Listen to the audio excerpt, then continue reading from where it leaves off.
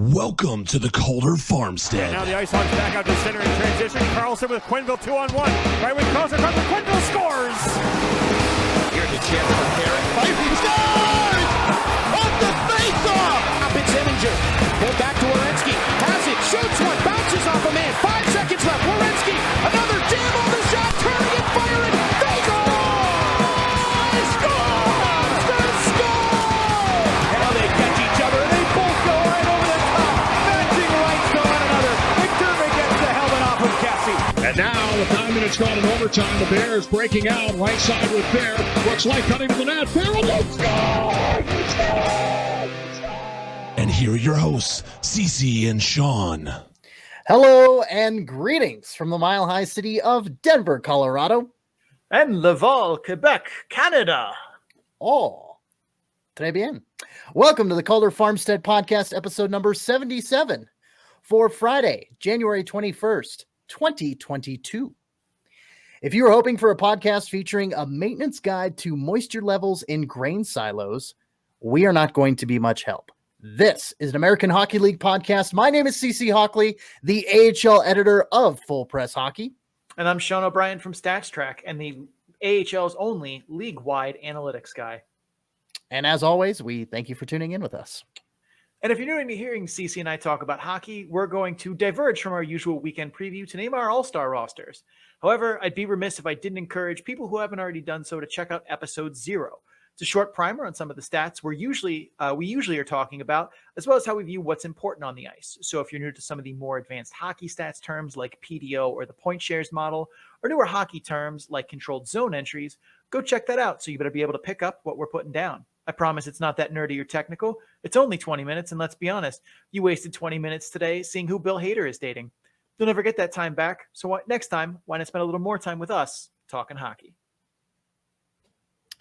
It's an interesting search. We'll just leave it at that. Really not that important. Oh, I mean, is any Hollywood gossip really important? No, it's like the antithesis of important. It is the empty calories of society. That is a very good way of putting that. Well, as Sean alluded to just a very few moments ago, the All-Star Classic slated to take place in Laval, where Sean is currently broadcasting from, has been canceled, and for very good reason, for the second year in a row. But if you're a longtime viewer of the program, and I use the term longtime loosely, you'll know that the AHL not doing or doing something doesn't mean anything to us here on the Calder Farmstead. See also our 2021 awards show. With that said, we've picked all-star squads from each of the 4 divisions, 9 forwards, 3 defensemen, and 2 goaltenders apiece. The metric to be selected to the Calder Farmstead all-star team, besides being awesome, of course, was that a player must have played at least 2/3 of the team's games, and for goaltenders must have played at least 600 minutes thus far in the season. With those squads, we divvy out those players amongst 4 different skills competitions as well: puck control, hardest shot, fastest skater, and accuracy shooting. The other competitions that the All-Star game kind of hosts are usually just kind of like, oh, all of you are fine for this, like the breakaway relay or the rapid fire competitions. Those are, you could pick any guys from the All-Star squad, whereas like fastest skater has some merit-based selection to it. So we went with those 4. With that being said, let's start out in the order that we always go in: east to west, Atlantic, North, Central, Pacific. CC, hit me with your Atlantic Division All-Star team. Well, Sean and I were talking before we went live, or well, at least before we started recording, rather. And of course, the first division right out of the gate, the Atlantic Division, is the one where we differed the most. There are some where it's like almost carbon copies of each other, but we're starting off with a bang here, and we're going to be differentiating quite a bit. Just to give you a heads up, the Atlantic Division fans that may be consuming, or just AHL League fans that may be consuming this portion of the program. So I'll start with my 9 forwards. Let me interject really quickly here. I just want to say one thing before you start.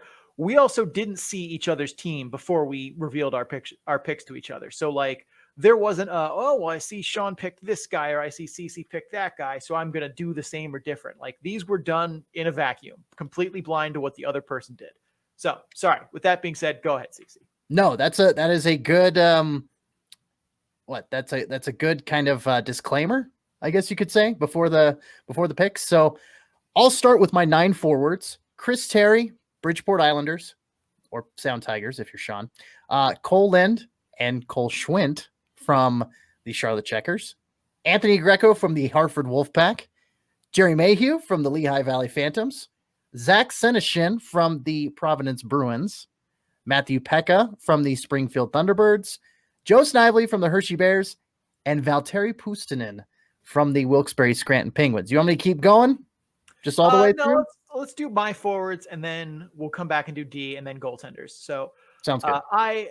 For my choices, I have Joe Snively and Axel Janssen Floaby from the Hershey Bears, Chris Terry from the Bridgeport Sound Tigers, as well as Otto Koivula from the Sound Tigers, Stephen Fogarty from the Providence Bruins, Johnny B. Good from the Hartford Wolfpack. That's Johnny Brodzinski for those unfamiliar. Matthew Pekka and Nathan Walker from the Springfield Thunderbirds. And I also have Cole Schwint from the Charlotte Checkers. So of the ones that match, we have Terry, Schwint, Matthew Pekka, Joe Snively, and that's it for forwards. So we have quite a few differences here.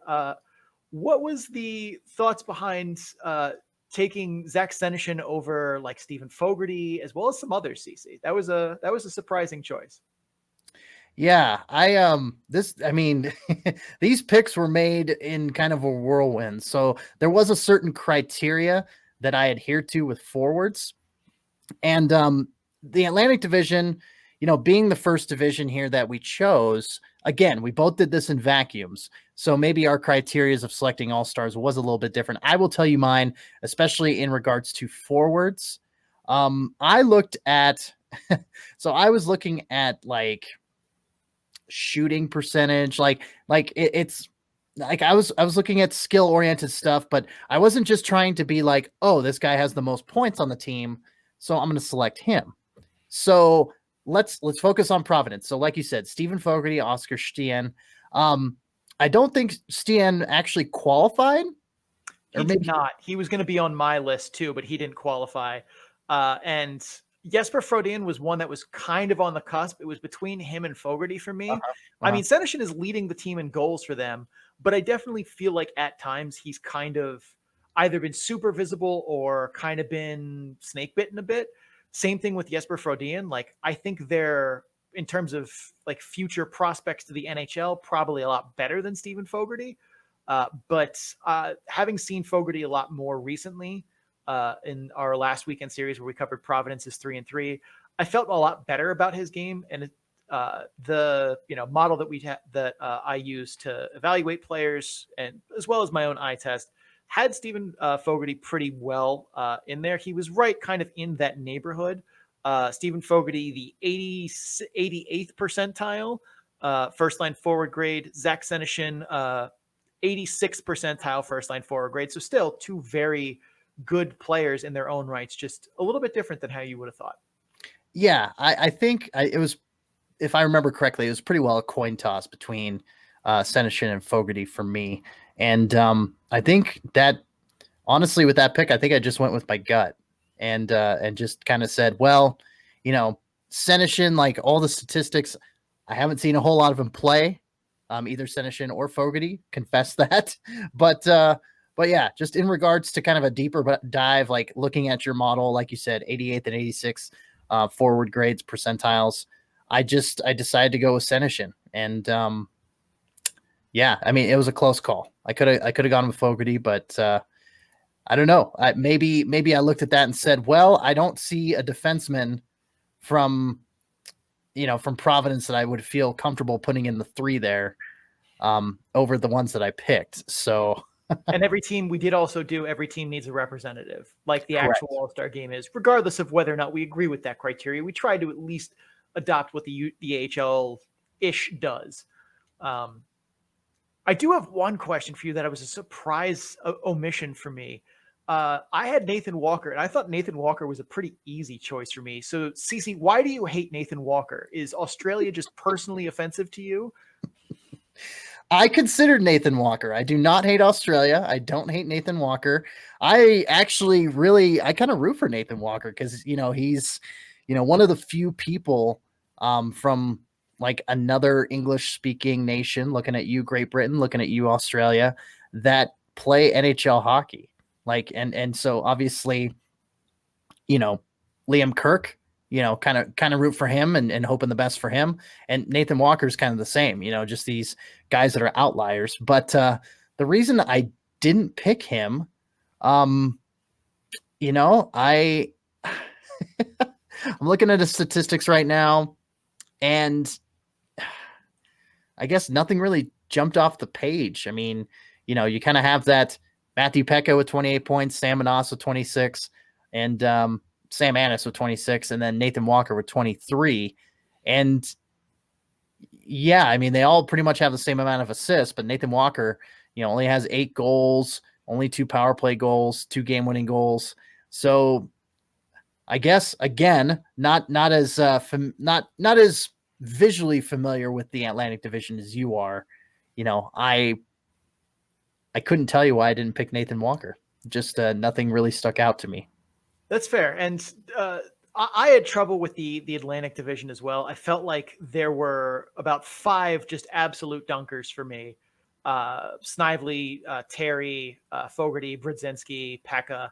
And then the rest of them, it was like, well, there's no one I felt super strong about. Axel Jonsson-Falaby became an easier one when I started to think about, like, okay, I have Hershey probably has 2 forwards here that should go.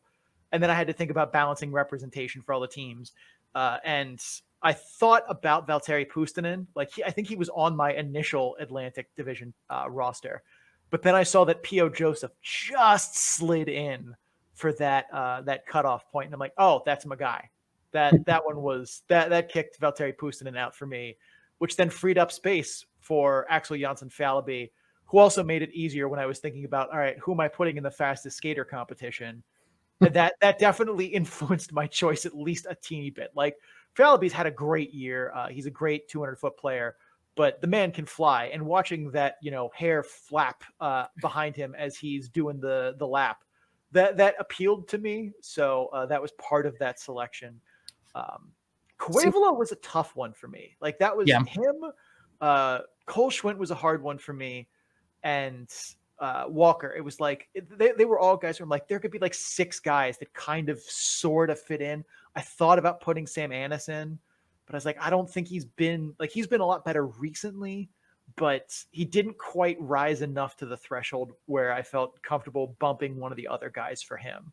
Were there any forwards that got left on the cutting room floor for you that you were very close on? I'm gonna have to look back and see here, because there's none that really come to mind. I did consider Anas briefly, but again, like those 3 in Springfield, and we have to include everyone, so like that kind of factored into my decision. And I will say the skills competition did not factor into my decision at all. I was picking guys that were just in my head going to be good all-stars. So no, it didn't. I wouldn't say it was a huge factor for me, but I did at least think about it when I was there. I'm like, I need someone for fastest skater, and I'm like, oh, well, Fjallby's had a great year. Like, he is deserving. But that definitely gave him like the tiny little push across the finish line over like Garrett Pilon for Hershey, or maybe like Kean Washcrook. Although he hasn't played as many games. He's been a surprise this season, and thought maybe he deserved it. So let's move on to defensemen at this point. We gotta start making moves here. CC, who are the defensemen and goaltenders that you picked from the Atlantic? Defensemen and goaltenders, I picked Tarmo Reunanen. Wanted to make sure I got that one right, from Hartford. Lucas Johansson from Hershey, and Adam Clendenning from Lehigh Valley. My goaltenders were the blockade himself, Keith Kinkade from Hartford, and Troy Grosnick from Providence. How about you, Shawnee? So we had some similar thoughts in defense and went very different directions in goaltending. I went with Adam Clendenning as well from Lehigh Valley. He was my obvious representative for them. I thought about Jerry Mayhew as well, but I felt like he kind of fell under a lot of the other guys I picked. Zach Jones for me was the run away for defensemen especially from Hartford. I like him a lot over Reunanen. And then, like I said, P.O. Joseph, as soon as I realized he met the criteria in terms of percentage of games played for the team, I was like, oh, that's my guy. I didn't need to look twice past that one. I like P.O. Joseph a lot. I like his game a lot. He is a future, maybe not Pittsburgh Penguin, because I see him as being a trade chip for them, because they're still in go for it every year mode. So I could see him getting shipped at the deadline for something that will help more right now. But I like P.O. Joseph a lot. Interesting choice, though, with both Johansson and Reunanen. Reunanen, good defenseman. Johansson, obviously, having a bit more of a resurgence year after some injury troubles and stuff like that. But I really want to know, why do you hate Zach Jones, the matchstick man himself? I am taking a deep offense to you saying because I didn't select somebody that I hate them. Come on, man. This is nothing personal.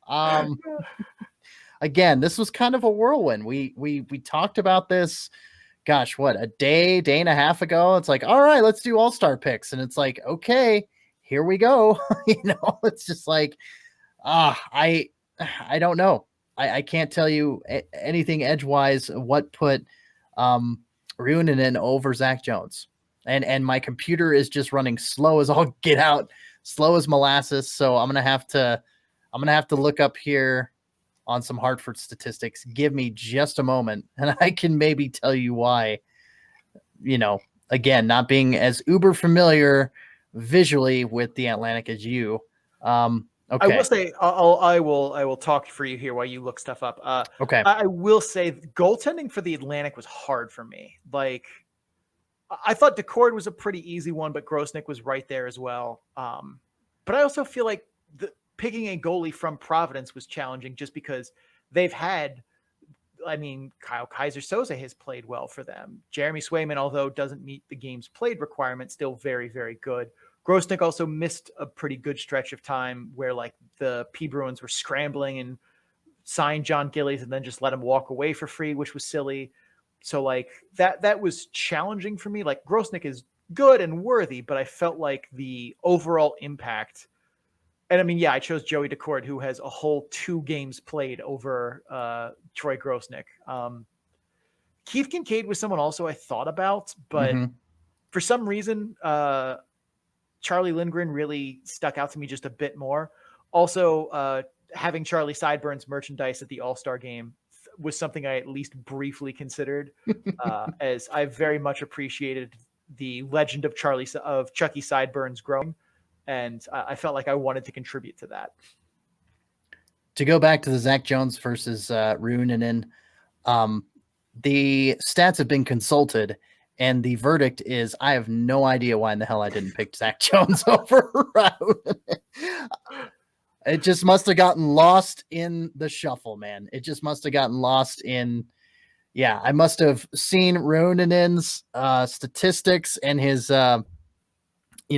his place in the analytics model and was like, yes, that is a good defenseman right there. And I must have completely missed Zach Jones. So I have no excuse for not including Zach Jones. Reunanen's a more complete defenseman, I think, if anything else.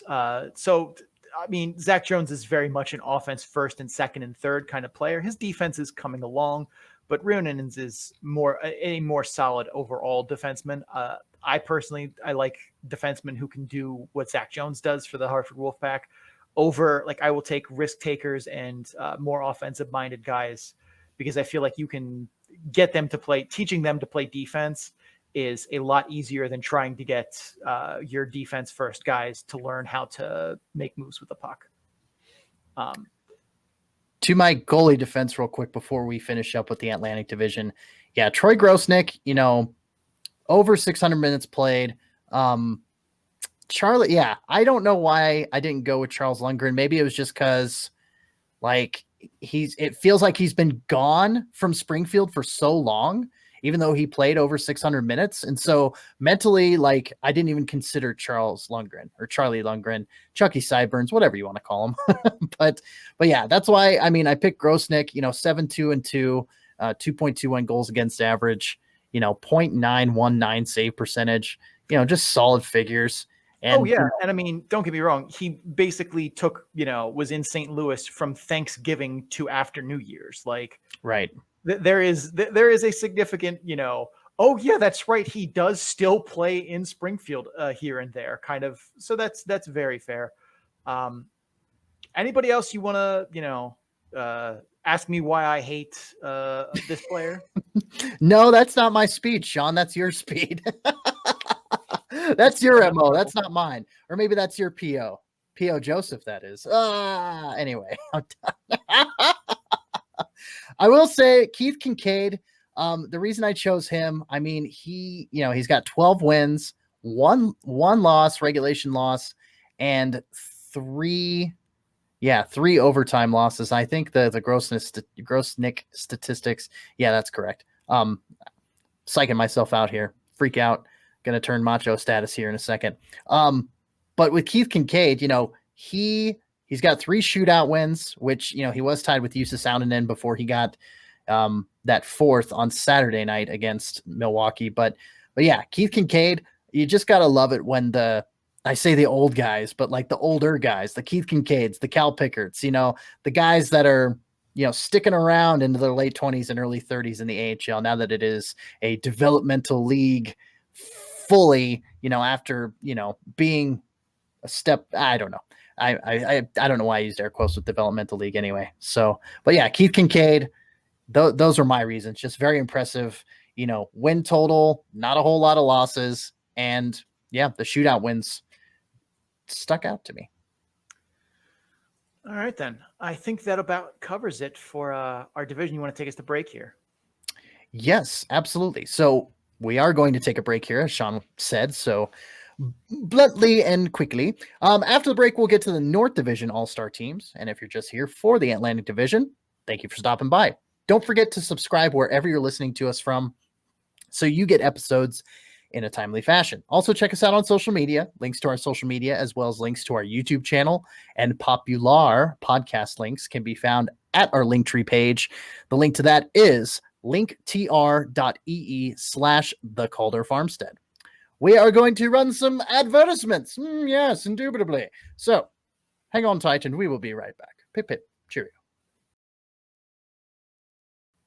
Okay, so we've got the Atlantic Division All-Stars covered here on a special episode of the Calder Farmstead. And now we're going to shift over to the North Division. And the North Division, unlike the Atlantic Division, it seems Sean and I, again, voting in a vacuum, we're very much on the same page. We're going to start with the forwards. Sean, tell me your 9 North Division All-Star forwards.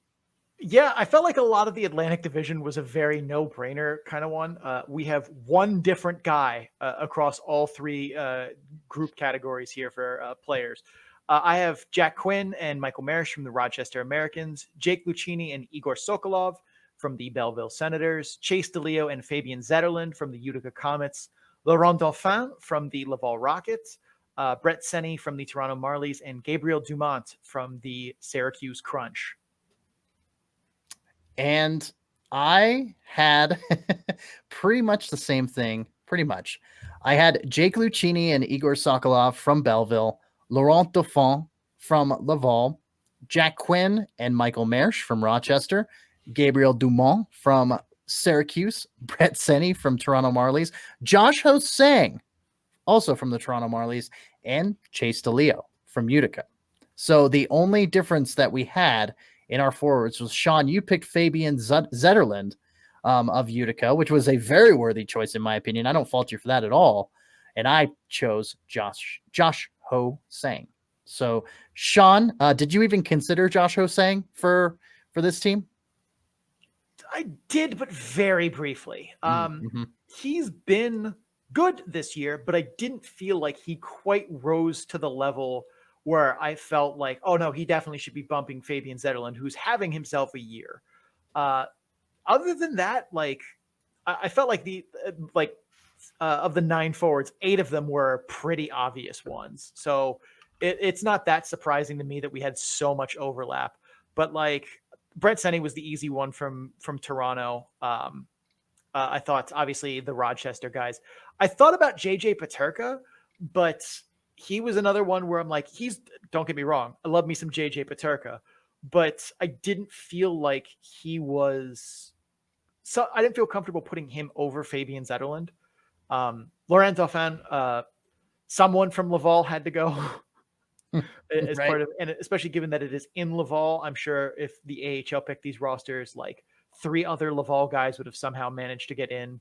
But Dauphin, I mean, like, and I like him and Jesse Ulanen and Raphael Harvey-Pinard. Like, all of them are good players, but they're not having seasons that I would have been like, oh, that's an all-star, like no brainer. Even Kevin Waugh, not Kevin Roy, Kevin Waugh, not having a season that you would have expected from, a hometown boy going to his hometown team who's been, all-star quality in the past. I'm sure if an all-star team got named last year, he probably would have made it from Tucson. But those were, I did consider Ho-Sang, but very, very briefly. I felt like he, if this was a 12 team or 12 forward roster, he probably makes it as the 11th or 12th forward for me. But for 9, I couldn't find a way to squeeze him in, but you did.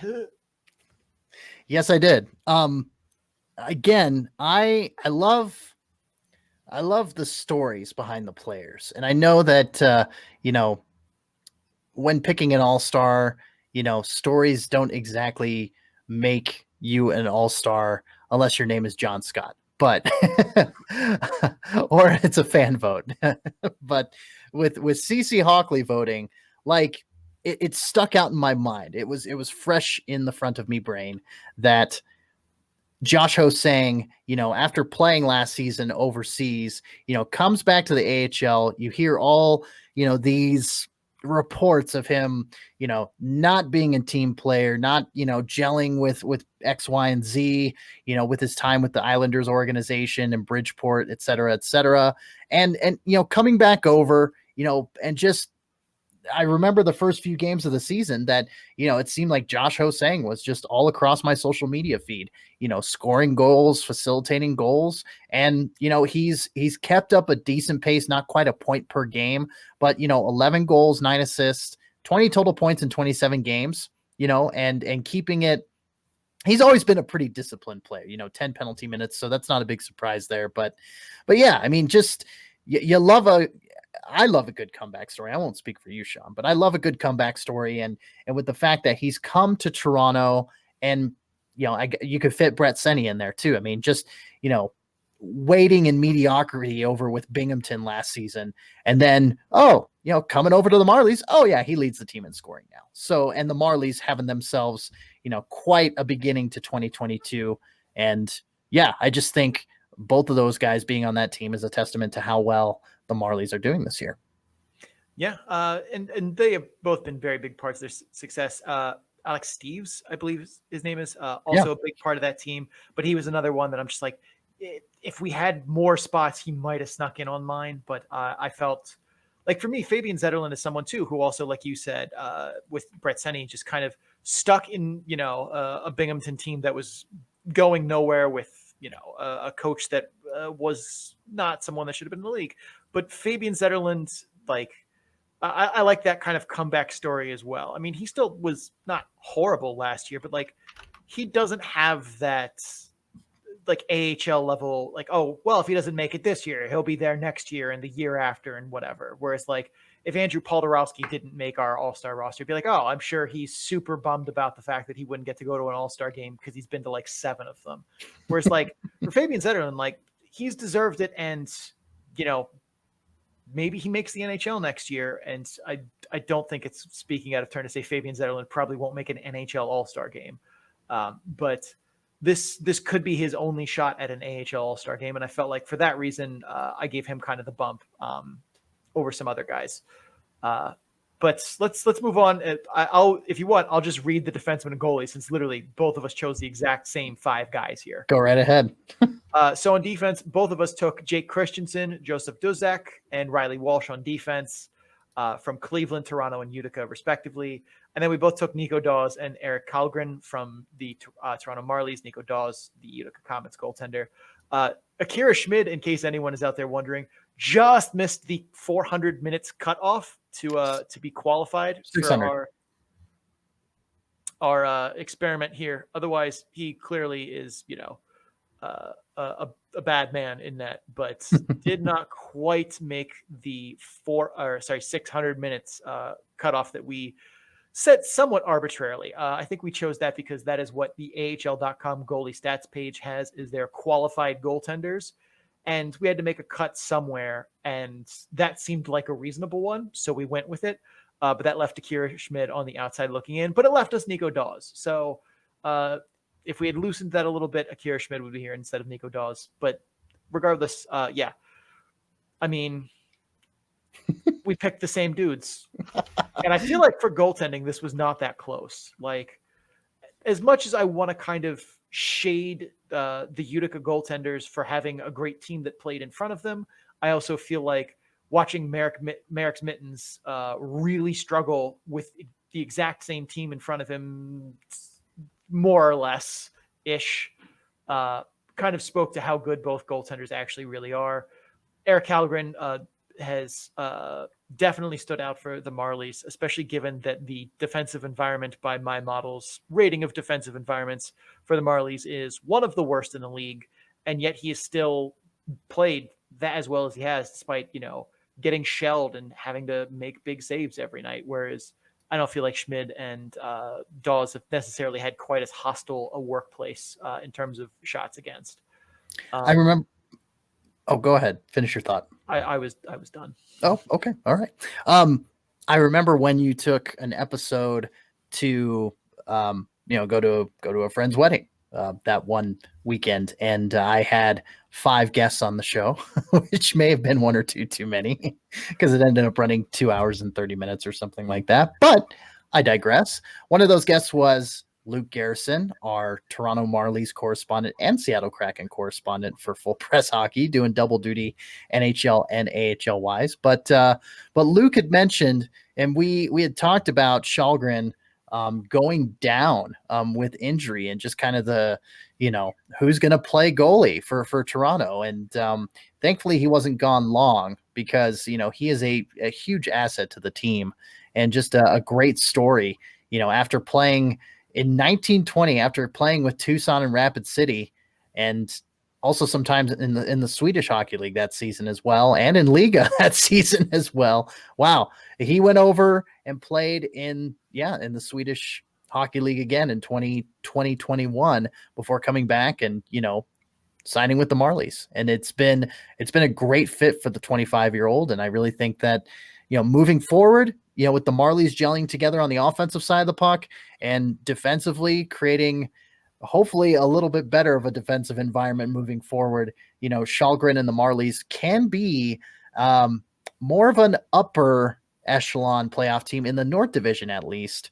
And so, they'll need to shore up that defense if they want to make it past, the preliminary rounds in the playoffs for sure.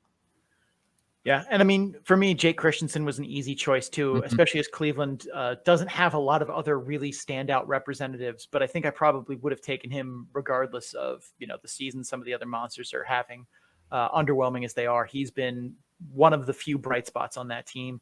Yeah. Joseph Dusak, same thing. I mean, he's one of the best defensemen in that division at the AHL level.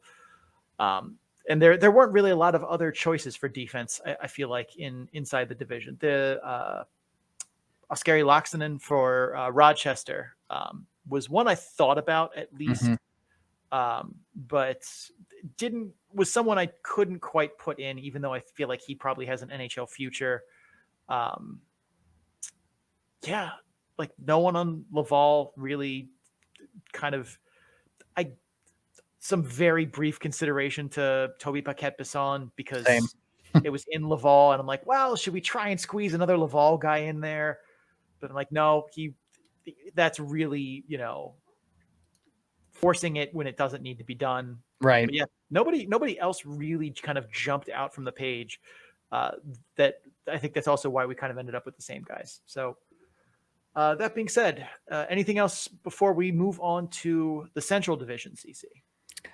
No, not really. I mean, with the criteria the way it was, I mean, it really, it really doesn't surprise me that all but one of the picks that you and I made were identical. All right, then. Well, we are going to take a break here. After the break, we will get to the Central Division All-Star team. If you're just here for the North Division, thank you for stopping by. Don't forget to subscribe wherever you're listening to us from so you get episodes in a timely fashion. Also, check us out on social media where we do the memes. We posted a fun one today. Links to our social media, as well as links to our YouTube channel and popular podcast links, Spotify, Apple, iTunes, those kind of things. Those are all found on our Linktree page at linktr.ee/the Calder Farmstead. We're going to pay some bills, but you should stick around because we'll be right back. All right, we have covered the Eastern Conference All-Stars for the 2022 Calder Farmstead All-Star Classic. It's virtual, of course, but we wish it could be in person over there in Laval. But with the Eastern Conference covered, we move to the Western Conference. And Sean, what division are we going to be covering first in the West? We're going to start in the Central Division. So, Cece, give me some forwards that you thought were all-star worthy from the Central Division. Okay. First and foremost, we're going to start off with two guys from the Chicago Wolves. Big surprise there. Andrew Podorowski and Stefan Noesen. Actually, three guys. CJ Smith. I forgot. How did I forget? CJ Smith from the Chicago Wolves as well. Sean even grouped them together. How could I have missed that? CJ Smith, Stefan Noesen, and Andrew Podorowski from the Chicago Wolves. Jotan Berggren from the Grand Rapids Griffins. Marco Rossi and Kyle Rao from the Iowa Wild. Cole Schneider and Rocco Grimaldi from the Milwaukee Admirals, and Lucas Reichel from the Rockford IceHogs. Those are my 9 picks for Central Division forwards for the Calder Farmstead All-Star team. Sean, who did you choose? A lot of similar names, actually. I also went with the big three from Chicago in Podorowski, Nason, and CJ Smith. I also went Cole Schneider from the Milwaukee Admirals. Two ones that we differed on. I took Anthony Lewis from the Texas Stars and Kyle Criscuolo from the Grand Rapids Griffins. Our Iowa Wild guys are the same, both Marco Rossi and Kyle Rao. Matthew Boldy did not play enough games to meet our criteria. And then, I took Lucas Reichel because, he's the star of the show in Rockford, or at least was. He is currently in the Blackhawks side of things for the time being. Who knows if he goes back? But he did meet the criteria for us to be a part of this all-star selection process. So that's where we went. So let's talk about some differences here. I was very close on Rocco Grimaldi. It was kind of, do I want to go Rocco Grimaldi? I need a Texas representative. And it was kind of between Anthony Lewis as a forward, or Ben Gleason, who, spoiler alert for the next, when we read off the next ones, you took Ben Gleason for your Texas representative. I went with Anthony Lewis. But I thought those were the only two kind of interesting differences. We both went Reichel, Rao, Rossi, the big three from Chicago, Cole Schneider. You went Jonathan Berggren from Grand Rapids. I went Kyle Criscuolo. So, those are, I like Berggren a lot. I thought about him, but we talked about Criscuolo with Grand Rapids last week and kind of how much he meant to that team. So I leaned for him over Berggren. I like Berggren, but I think he's not quite ready for the prime time. Also, Kyle Criscuolo is someone who I feel like has been underappreciated most of his career, and this was a good chance to let him have some of the spotlight, and that pushed me over the top for him. But also, not a lot of dudes in Grand Rapids really just jumping out and saying, please choose me as your all-star representative. It was slim pickings there. I did consider Taro Hirose, but then I remembered he's basically been missing for what feels like half the season. So right. that quickly got him dismissed from consideration. Yeah, the Curtis McKenzie, Anthony Lewis, and Riley Damiani, they all are pretty close statistically. And so I felt like with how Texas is doing this year, that, if we're only picking one representative, which I was planning on with Texas. Like I was planning on only picking one representative from Texas, and I just felt like it was too close to call between McKenzie, Lewis, and Damiani. And so I of course, like you, spoiler alert. I'm not too offended. I'm not offended at all, actually. Ben Gleason, that was my choice. That was my choice from Texas. And so, yeah, that is such a qualifier, little niche that we have in our all-star selection, was that each team had to be represented. And so, like, selecting, I guess the selection method, like, do I go down and select all my forwards first and then kind of fill in the D, or try to, look at each team and see which defenseman out of the, the three slots might fit in where, that kind of balancing act kind of played some mind games with me in my selection process. But to talk about Bergeron rather, as opposed to Chris Guolo, I think it was another one of those coin flip scenarios. Sean, I'm not quite sure how they fall on your forwards model this year, if you would be so kind to look it up. But I just felt like it was too close to call, and there wasn't really a Grand Rapids defenseman that stuck out to me. And so I chose Jotan Bergeron to fill that slot. Kyle Criscuolo, 95th percentile first line forward. Jonathan Bergeron, 81st percentile second line forward. But I think they're also like touching each other on the graph because Bergeron has played 30 games to Cuolo's 24, so he's kind of caught him in total metric or total value. They're very close. Gotcha. In that aspect. And yeah, you're right. The only other one that I really considered, like I thought about Turner Elson for a little bit, and then I'm like, yeah, but also no. On defense, I considered for Grand Rapids Ryan Murphy very briefly, but his season, like we talked about recently, has not been nearly as good as you would have thought, given what he did last year. So that kind of cut him out of my consideration. We also we both had two representatives from Grand Rapids, but we'll get there in a second. But that one made it easy for me. For my selection process, I actually went first and just picked my team, like who were the best guys I could put on this team. And then when I then went back and I'm like, okay, is everyone represented? And if I missed out on a team, it was like, okay, who is the best choice from that team? And who do I have to bump to put them in? So I kind of went best team available first, and then tried to move the pieces around. And surprisingly, I feel like it was a lot easier that way. Like there were only one or two that I was like, okay, I need a representative from this team. Who do I have to squeeze out here to put a representative from this team on? And even I didn't feel like that was too terribly stressful. The hardest one I feel like I had was the Atlantic for that last forward spot. But I felt like most of the Central was pretty straightforward, give or take. Let's take this opportunity, though, to touch on our defensemen and goaltenders that we picked. CC, who was the back half of the lineup that you selected? Well, I chose defensemen, 3 total defensemen: Leon Gavanki from Manitoba, Joe Hicketts from Iowa, and, as you heard earlier, Ben Gleason from Texas. Goaltending, I picked Alex Lyon from Chicago. We're going to be having a discussion with that, I'm sure. And then Cal Pickard from Grand Rapids, who is leading the league in minutes played. So we'll discuss that later once you present your picks, but go ahead, man. So we have a lot of overlap here. I also have Leon Gawanke from Manitoba and Joe Hicketts from Iowa on defense, but I went with Jonathan Kovacevic from Manitoba as my other defenseman. I have Cal Pickard, obviously, as well, but I also have Arvid Soderblom from Rockford, sneaking in 2 representatives there from Rockford. For me, I started with Arvid Soderblom. That dude has meant so incredibly much to that Rockford team's success. Like, he gets absolutely shellacked pretty much every night that he plays, and still somehow manages to, take that team kicking and screaming to victories. I felt like if anyone was probably the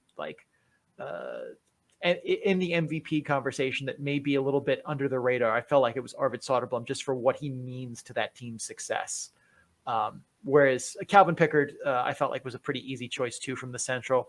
Not a lot of other goalies in the Central really stuck out to me. Like Alex Lyon has played well, but like that Chicago team in front of him gives him quite the clean work environment. I feel like, whereas the rest of the Central, like Jake Ottinger didn't was 4 minutes short of meeting our 600-minute cutoff. Wow. Which was not intentional. It just happened to work out that way, that he was 4 minutes short, which sucks because I think that probably puts him in the conversation here. I might have had to make an actual like thoughtful decision about do I put Jake Ottinger in, but like the rest of the Central, goaltending wise, really not a lot going on there besides the three of them. I mean, Iowa doesn't have, I like Derek Baribeau, but he's been a little more closer to average this year for Iowa. Manitoba, Mikhail Burden's been not that great. Like Arvid Holm's been not that great. Evan Cormier's played under 400 minutes, so he clearly didn't qualify. It was not a hard choice for goaltending. Defense, I felt like too. I mean, after glowing up the Manitoba Moose defensive core, I felt like they deserved two representatives, and it was just a matter of, okay, which two? And I went with Kovacevic and Gawanke. But seeing that you needed a Texas guy, Ben Gleason. Ben Gleason was the obvious. If you had to pick a Texas defenseman, it was Ben Gleason and no one. Thomas the Night Rod Harley, very underwhelming season this year. Same with Alex Petrovic. A bunch of guys there just have really not done what you would have thought this season. But yeah, anything else to say about the Central? I feel like this one was a pretty straightforward one. We have a pretty healthy overlap, and our disagreements are, very, very close. Yes. So I feel like I mentioned earlier that because of the fact that McKenzie, Lewis, and Damiani were just so close, just in regards to just the upper talent there on the Texas Stars team, that I went the route with the defenseman. I was actually going to pick Kovacevic. I was actually going to pick him and Gawanke for my defenseman. But again, like you predicted, get out of my brain. I had to pick a Texas guy, so Ben Gleason was going to be it. And it was the same with the Wolves. Like, because they're doing so well, and because we have seen what a shoddy goaltender looks like for Chicago, aka 8-0 shutout from Rockford to end that 12-game winning streak when they don't have Lyon or Makaniemi in net. My just knee-jerk reaction was putting both of them, Lyon and Makaniemi, just right there, right into the slot. I'm like, okay, whoa. And I should have used the same philosophy as I did with Texas, is the fact that, obviously, like you said, Chicago's defense has been, a huge reason to why these guys have had good success. I mean, granted, Alex Lyon is nothing to shake a stick at. He's a vet in this league. Makaniemi, still a rookie, still kind of, obviously to have that defense in front of you as a rookie pays off in spades for sure. However, like, I should have used the same philosophy as I did for the Texas Forwards as I did for the Chicago Wolves. And I probably should have gone with Arvid Soderblom, but he, like, looking at the top 20 goaltenders here on the, league report, it's like they sort it by goals against average. And so, yeah, I know. And that's one of Sean's least favorite stats. I'm not being sarcastic there. He hates it. It's in his Twitter bio and everything. I think it is anyway. It used to be.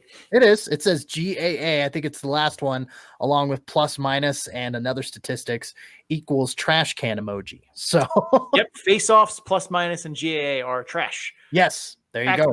That's it. So yeah, I think I maybe kind of put myself in a corner, or drawn myself into a corner there a little bit, and so Alex Lyon, I mean, just, he feels like he's been in the AHL forever. And so for him to go to Chicago and to have the success that he has had, it's just kind of like, oh yeah, he's doing well over there with the Wolves, with Chicago. But again, I love me a veteran AHL goaltender, which late 20s, early 30s sounds kind of ridiculous, but. And I think I kind of did the same thing too when I saw it. I was like, wow, we have to put 2 Moose defensemen in. Like, they have 4 great ones. We got to at least squeak 2 in. Right. And that kind of edged Ben Gleason out for me, even though in hindsight, he's probably the better representative or the best player from Texas that could have gone. But I didn't want to kick Joe Hicketts out for him. I like Joe Hicketts, and he's another one who I felt like has gone under the radar for so long that he deserves a little bit of a glow up for an all-star nod. So that was kind of my rationale. But I think that's just about it. Do you have anything else you want to talk about with the Central Division before we move on here? No, I think we covered the ground pretty well. And again, just like the North Division before it, not a whole lot of variation in our picks. So yeah, we'll call it good on the Central Division, and we're going to take a brief respite here. Uh-oh. I did want to say one thing when I was initially filling mine out. Okay. I had Jake Christensen in here initially because I forgot that Cleveland isn't in the Central. Okay. In all fairness, I think we've all done that. Anybody that covers the league or the Central. I mean, I know Elaine has done that a few times. Elaine Shercliffe, our AHL Central Division correspondent and Cleveland Monsters correspondent, because as Sean said, Cleveland did play in the Central Division last season, and now they're in the North Division. And they play a bunch of Central Division teams still. They do. It's one of those where it's like, I remember when I first did my initial filling out where I was just like, all right, best players available, and then we'll kind of figure out representation afterward. That was the one where it's like, all right, who in the North Division am I missing? Because I have 6 teams selected, but there are 7 teams. And I'm like, oh, Yeah. Yep. Cleveland. Yeah. I mean, and it didn't help that they played in the Central Division before joining the North, a few seasons back either. Yeah, so it's imprinted. It's a problem. Yeah. It is. All right. Gotcha. Well, yes, we're going to take a brief respite now. And Cleveland is in the North Division, just to clarify. The Cleveland Monsters do play in the North Division. After we take a breather, we're going to get to the Pacific Division All-Star teams, our last division we're covering here on the Calder Farmstead All-Star Classic special episode. If you're just here for the Central Division, thank you for stopping by. Don't forget to subscribe wherever you're listening to us from so you can get episodes in a timely fashion. It's All-Star season, so consume this during All-Star season. Also, check us out on social media. Links to our social media, as well as links to our YouTube channel. Popular podcast links can be found at our Linktree page. The link there, the URL rather, is linktr.ee/the Calder Farmstead. We are going to, we got to pay for Sean's passport dues, and and we got to convert his vehicle to kilometers. So after we do that, we'll be right back. Okay, last but not least, the West Coast is the best coast, as Sean always alludes to. He just says the best coast, but yeah, the Pacific Division, it is upon us. The All-Star teams selection for the forwards core out there in the Pacific Division. I say out there, I am on the cusp of it here, covering the Colorado Eagles. So, Sean, we're gonna kick it on over to you. You're gonna go first with your 9 forward selections here in the Pacific Division All-Star team. So first up, I went with Jakob Peltier and Matthew Phillips from the Stockton Heat. I went Braden Tracy from the San Diego Gulls, Matthias Maselli from the Tucson Roadrunners, Sheldon Dries from the Abbotsford Canucks, Cooper Marody for the Bakersfield Condors, TJ Tynan and Martin Firk from the Ontario Reign, and Scott Reedy from the San Jose Barracuda. CC. Who did you pick? Yes. Sorry. So my selections at forward, a little bit different, but a lot the same, as is a common theme in this episode. TJ Tynan and Martin Firk from the Ontario Reign, Matthew Phillips and Glenn Gaudin from the Stockton Heat, Seth Griffith from the Bakersfield Condors, Sheldon Dries from the Abbotsford Canucks, Matthias Michelli from the Tucson Roadrunners, Scott Reedy from the San Jose Barracuda, and Braden Tracy from the San Diego Gulls. Sean, looking at this here, it looks like you went with Marody over Griffith on Bakersfield. You went with Jakob Peltier instead of Glenn Gauden. So, yeah, I mean, what do you have to say for those picks? I think mine were maybe a little bit outside of the box per usual. I mean, those were both like, those were kind of the two that I debated between. I felt like Peltier was a little bit more deserving than Glenn Gauden, just based on the seasons that they were having. I've seen a little bit more of Peltier, whereas I feel like Glenn Gauden, the games we've covered Stockton and that I've watched them in passing, I feel like have just been ones that he hasn't been in as much. So I had to do more of a kind of find film of him, a little bit more of what the stats told me. And from what I've seen of Peltier, it's just been amazing this year. So I went with him. Seth Griffith, like my Bakersfield choice was between Marody and Griffith. I really don't feel like there was, I mean, maybe you could squeeze Broberg in there, but I felt like that would be kicking out someone more worthy. So it was between Marody and Griffith for me. And I went Marody. I just felt like he was, maybe there was a little bit of like, if there should have been an all-star, if there was an all-star game last year, there shouldn't have been an all-star game last year. But if there was, I felt like he kind of deserved to be there. Whereas Griffith, not as great a season last year, much better this year. And they're, neck and neck with each other, but I felt like Marody deserved kind of the recognition and the nod there over Griffith. But like, it was very close. I don't think like, I'm not going to do the why do you hate Cooper Marody bit here. But that was kind of the way I thought of it. I had a couple like Sheldon Dries. I didn't think was a dunk for me for Abbotsford either. I at least thought about Justin Bailey a little bit. I did as well. Thought about some of the other forwards on Abbotsford, but then I was like, no, because number one, his mama follows us on Twitter, and she should get to hear her son be named for an all-star team, even if it's just ours. I thought about Sheldon Rempel too, but it really, Nick Patan also came to mind, but it for me, it was Sheldon Dries when I started to review kind of what we had talked about before with him. And I think he's just been a bigger part of that team. Let's see, who else was a tough one for me? Braden Tracy from San Diego felt like a tougher decision just because I think that like there are a lot of other really good players in that team, but then I also remember a lot of those other players who've spent a lot of time away from the goals. There hasn't been a whole lot of Danny O'Regan doing well this season. Vinny Lettieri's only played 12 games for San Diego. Even Jacob Perreault has been better this year, but still I felt like it was pretty much once I started to think about it more, it was pretty much Braden Tracy and no one.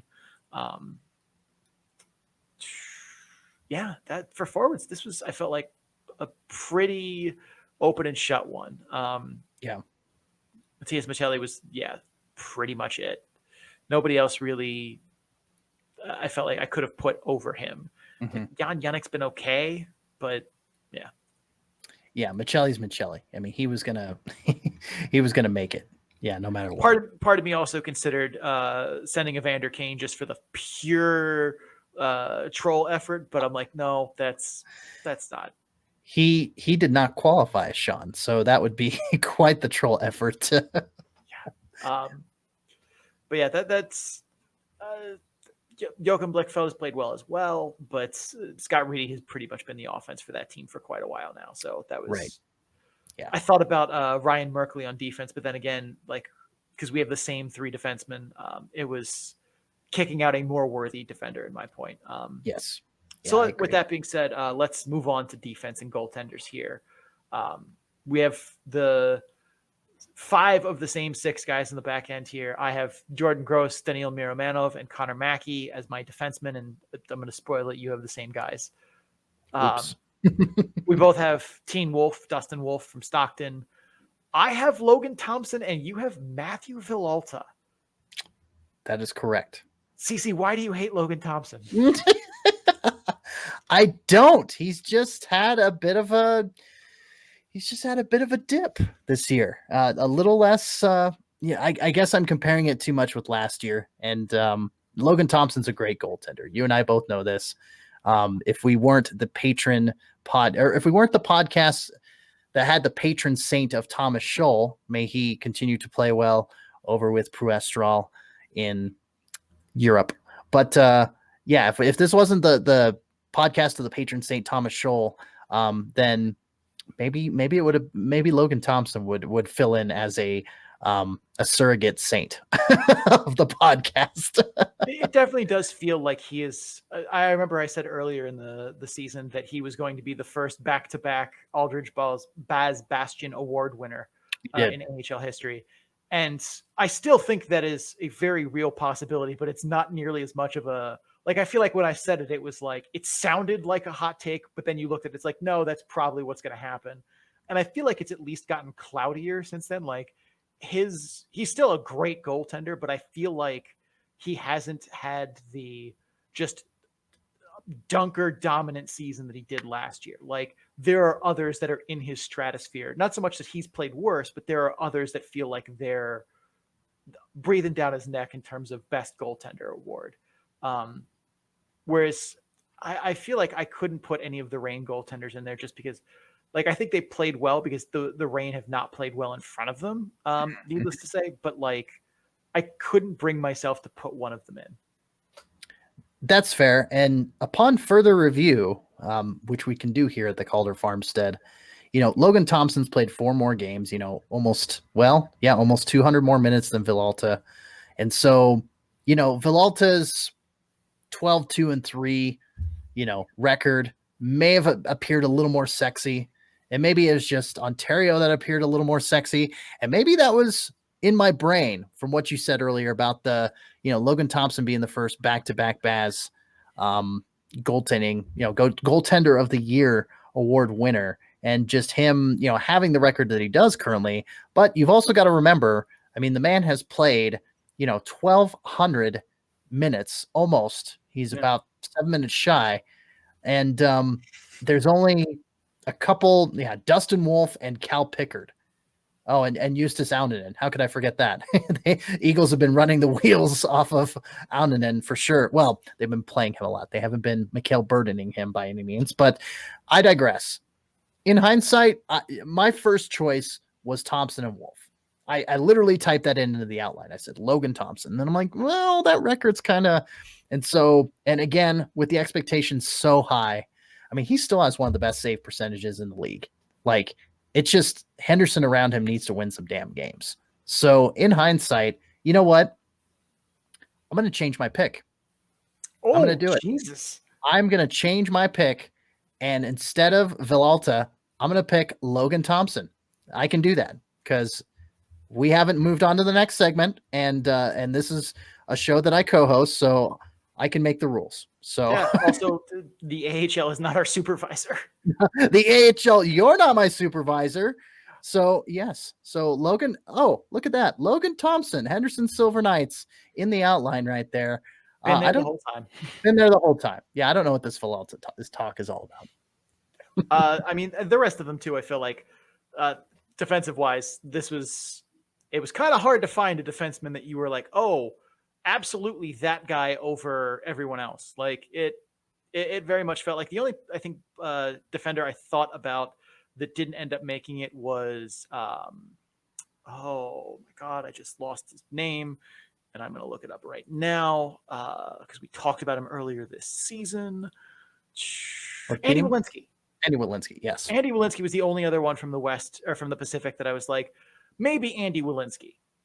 But again, it was like, do I put in Andy Welinski over Gross or Miramanov? I couldn't bring myself to do it. I mean, no. Gross currently is the defenseman with the most point shares in the league in the model. Everyone, the West was basically those 4 defensemen, and it was a matter of, do I put in Andy Welinski over one of the others? And I couldn't. No. Anyone for you make the honorable mentions list, CC? Matthew Villalta.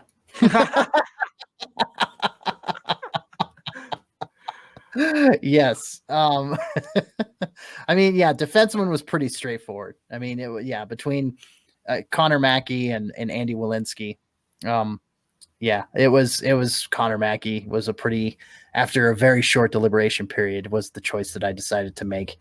But yeah, I mean, like TJ Tynan, coming off of his MVP season with Colorado, coming over to Ontario, we wondered, okay, not a whole lot of guys, going to bump up to the LA Kings, wondering why he did that. Ontario was having a great year, one of the top teams in the Pacific Division. So, and Tynan's a big reason for that.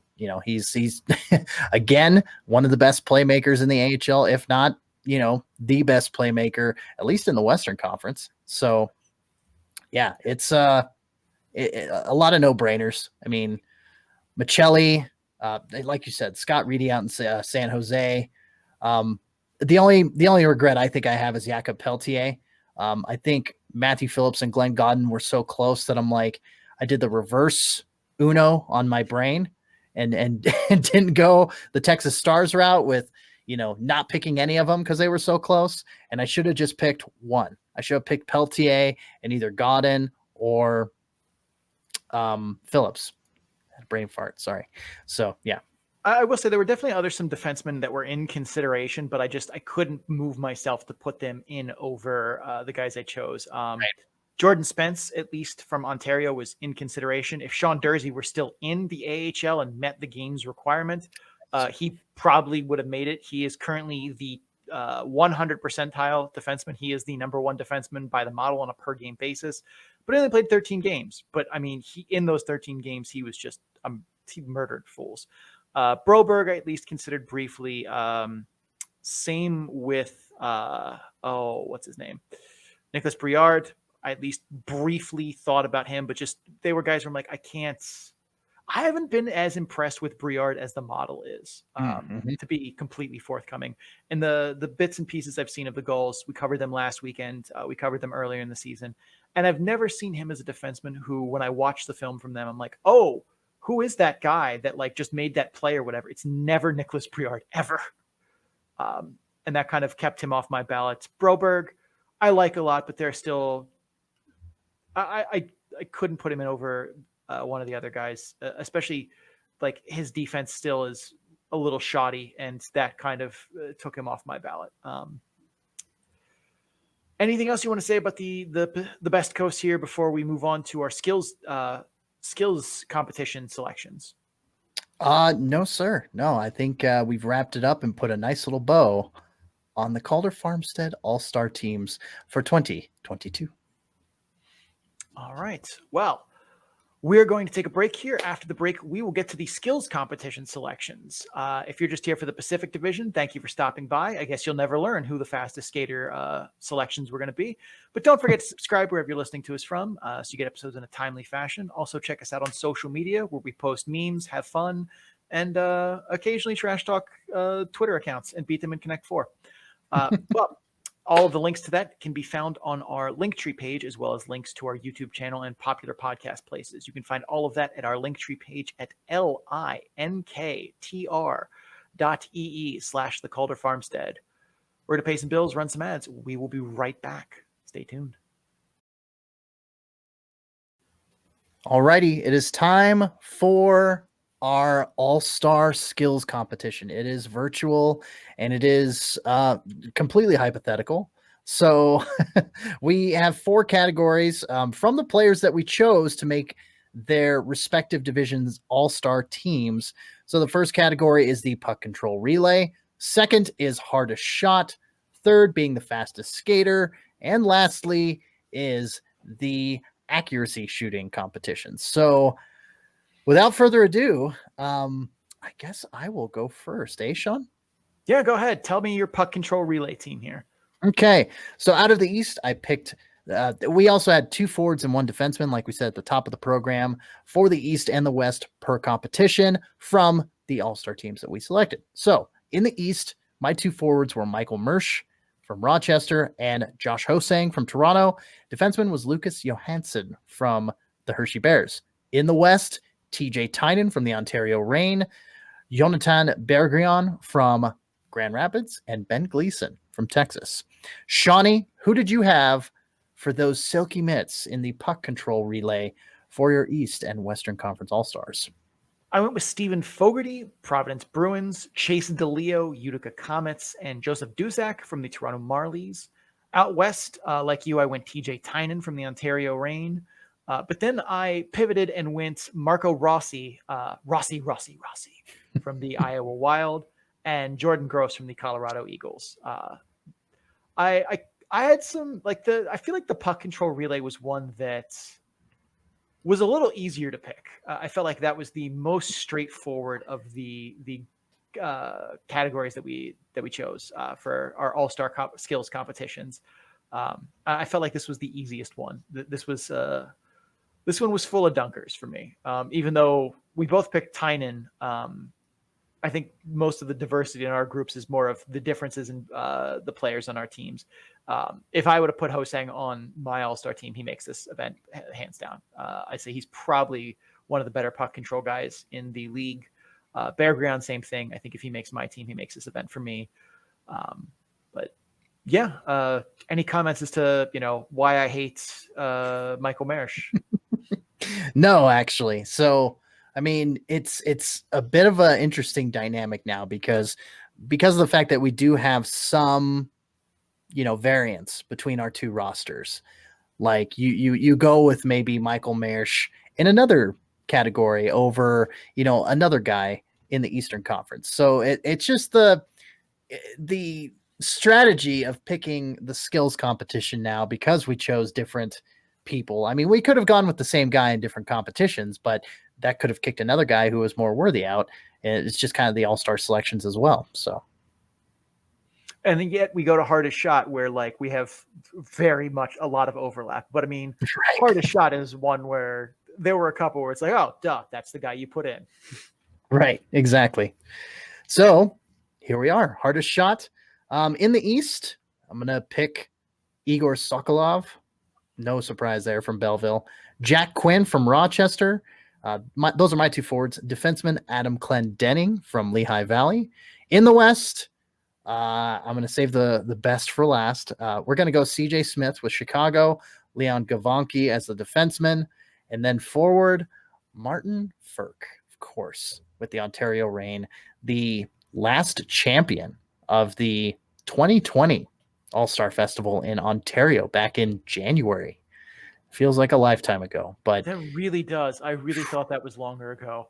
Nope. I was going to say 2017 or something if I had to guess at it. Wow, that was no, sir. Yes. All right. Well, a lot of overlap here. In the East, I also went Jack Quinn and Igor Sokolov. On D, I went back and forth between Clendenning and Jake Christensen, but ultimately decided on Jake Christensen. I felt like Clendenning's had a couple shots to do the hardest shot competition in the past before. So Jake Christensen, younger, fresher face, also with an absolute cannon. On the out west, I went Sheldon Dries and Leon Gavanke. But I also went Martin Ferk because, well, duh. If you picked Martin Ferk to the All-Star game, and he is certainly deserving this year, you put him in the hardest shot competition and you don't ask questions. You want to see if he can literally just break the gun. Yeah. Yep. I mean, it's the biggest no-brainer. I mean, when you have guys that we've selected to the team that have not only competed in the same skills competition, but have won it and won it convincingly like Ferk did. I mean, it's a no-brainer. Yeah. Sheldon Dries, I was kind of on the fence about. And then I think that some of that is it's hard to see shot velocity on camera or even Sure. in person. It goes fast. I don't see the puck. So it's kind of hard, but I've seen him bang some one-timers that I felt put him in this category as well. I will say, as we transition to fastest skater here, I think your fastest skater group is better than mine. You think so? I think your fastest skater group would beat my fastest skater group, even though we have a little bit of overlap. I think yours is probably a faster group, but that also is because you picked guys who were just fast. I had a little more trouble. Let's get into that. Cece, who are your fastest skater, East and West? Well, fastest skater, two forwards both of them out of the Atlantic Conference, Anthony Greco of Hartford, Matthew Pekka of Springfield. And then we go to the North Division, Riley Walsh of Utica is my defenseman on the fastest skater competition out East. In the West, I picked Rocco Grimaldi from Milwaukee, Matthew Phillips in Stockton, and Jordan Gross of the Colorado Eagles as my defenseman. Shawnee, who did you pick? I went Chase DeLeo, Utica Comets, Axel Janssen Flowaby from the Hershey Bears, and P.O. Joseph from Wilkes-Barre Scranton. Of those, I felt like the only real dunkers were AJF and P.O. Joseph. Chase DeLeo, while fast, like it was kind of one of those, yeah, but does he have that like top end speed? Because I think of him as more being an acceleration guy, but I needed to put somebody in there. Out west, Lucas Reichel was the only Lucas Reichel and Matthew Phillips were dunkers for me, and Jordan Gross was the defenseman that was faster than the rest of my defensemen out west. Like Jordan Gross is a pretty good skater, but like this was one of those I'm like, well, somebody has to do this, and you are the best of those somebodies. See, and my philosophy, or at least my theory as to why you picked, I mean, Axel Janssen Falby, I mean, he was in the fastest skater competition for Hershey, and then P.O. Joseph, of course. But AJF and P.O. Joseph, you know, when you are shortening names, you know, obviously you're going to get more or less wind resistance, you know. So that's my I don't know. CC with the deep analytics dive here on the Calder Farmstead. Yeah, the name banner on the back of his jersey becomes more wind resistant when it's longer. Yes. If you ain't first, you're last in the fastest skater competition. And to be Ricky Bobby fast, you gotta not admit that you actually like crepes. So anyway, Talladega Nights. Like, Grimaldi has, I think, won this competition in the past. Greco obviously is the record holder for you.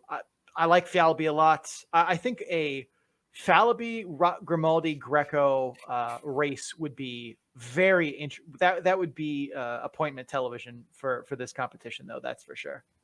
Right. Well, let's shimmy on over to our final skills competition, and that is the accuracy shooting.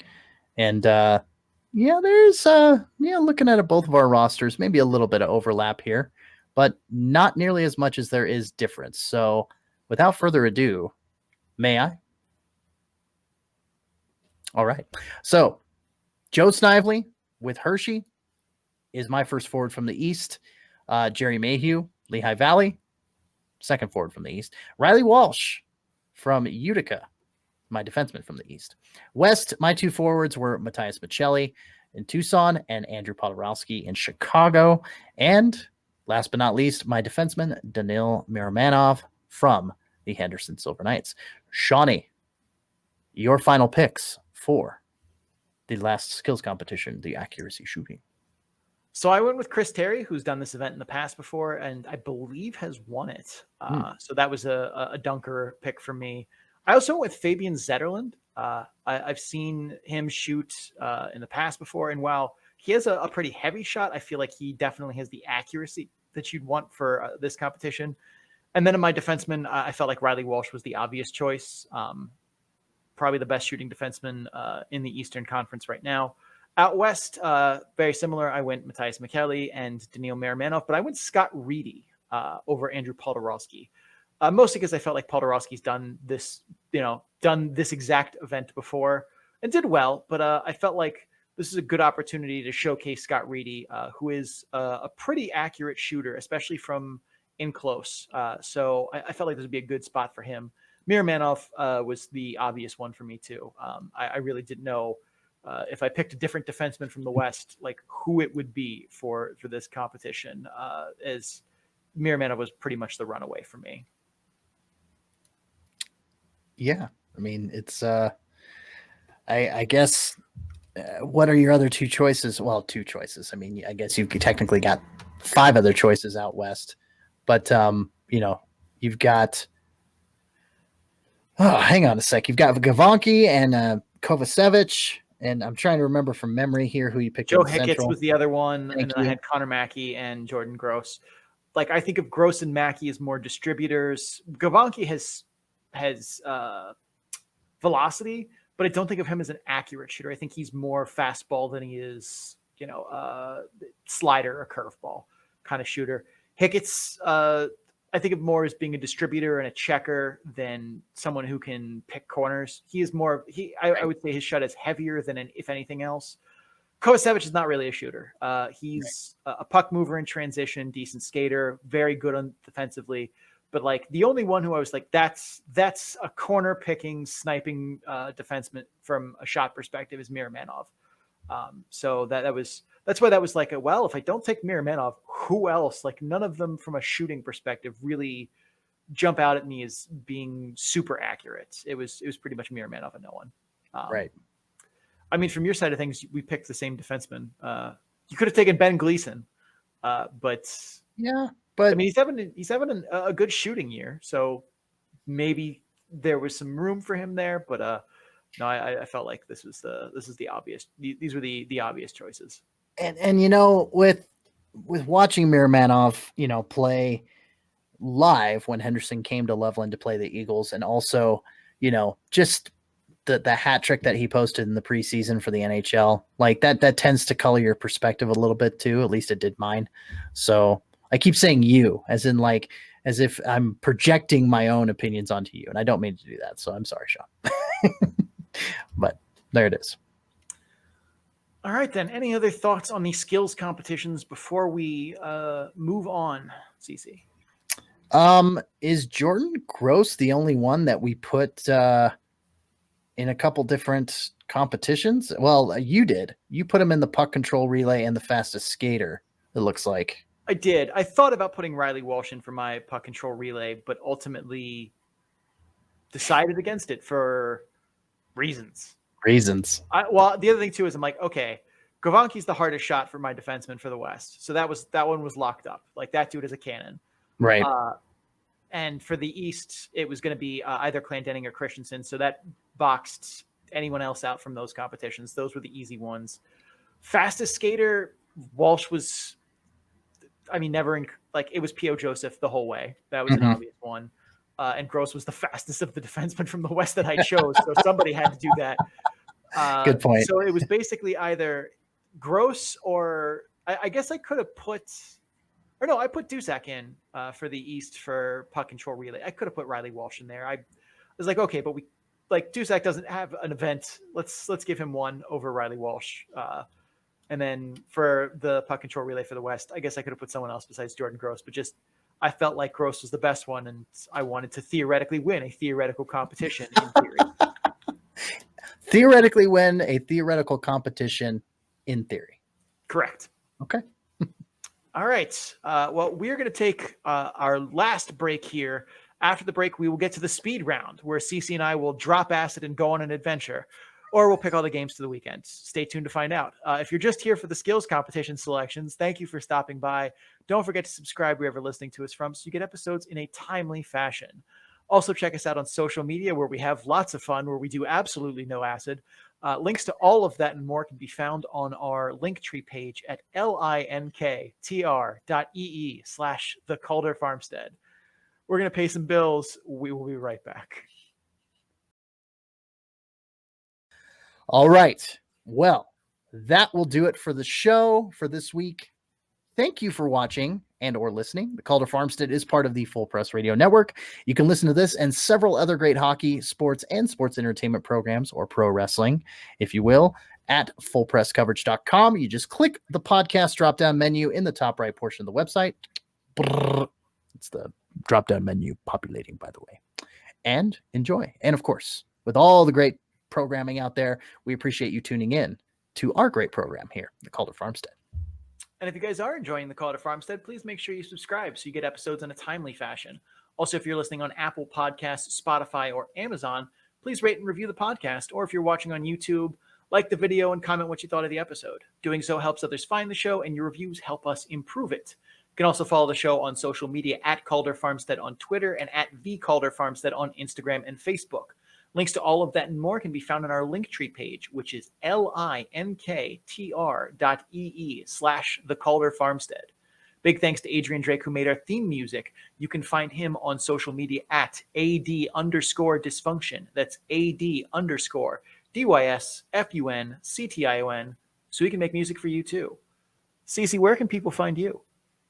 Well, my name is CC Hockley. You can find me representing Full Press Hockey on Twitter at FPC_AHL and at my personal Twitter account at CCHawk. That's SEESEEHAWK. Most of my tweets are about hockey, but hell, I love music, love movies, love pop culture, love pro wrestling. So hopefully if it keeps me interested, it's not going to be bullshit for you. Check out my writing on the Full Press Coverage Network at fullpresshockey.com. Sean, where can the people find you? My name is Sean O'Brien. You can find me on Twitter at Sean O'Brien81. That's SeanObrien 81. I'm also on Instagram at Sean O'Brien _81. If you follow Sean O'Brien 81 on Instagram, that's a different guy. You can find my stats work where we have the graphs, all of that puck luck stuff, the model, the predictive things, the matchup probabilities, all of that and more can be found on my Tableau page at bit.ly/data-dump-and-chase, all lowercase, all one word. Cece, take us home. That will do it for episode number 77 of the Calder Farmstead, an AHL podcast. For Sean O'Brien, I'm CC Hockley. We are going to be taking an all-star break, a hypothetical one of our own. So you'll see us next time after digesting, consuming this episode. You'll see us on Friday, January 28th. So, with all of that said, again, Sean O'Brien, CC Hockley, Calder Farmstead, y'all keep your stick on the ice.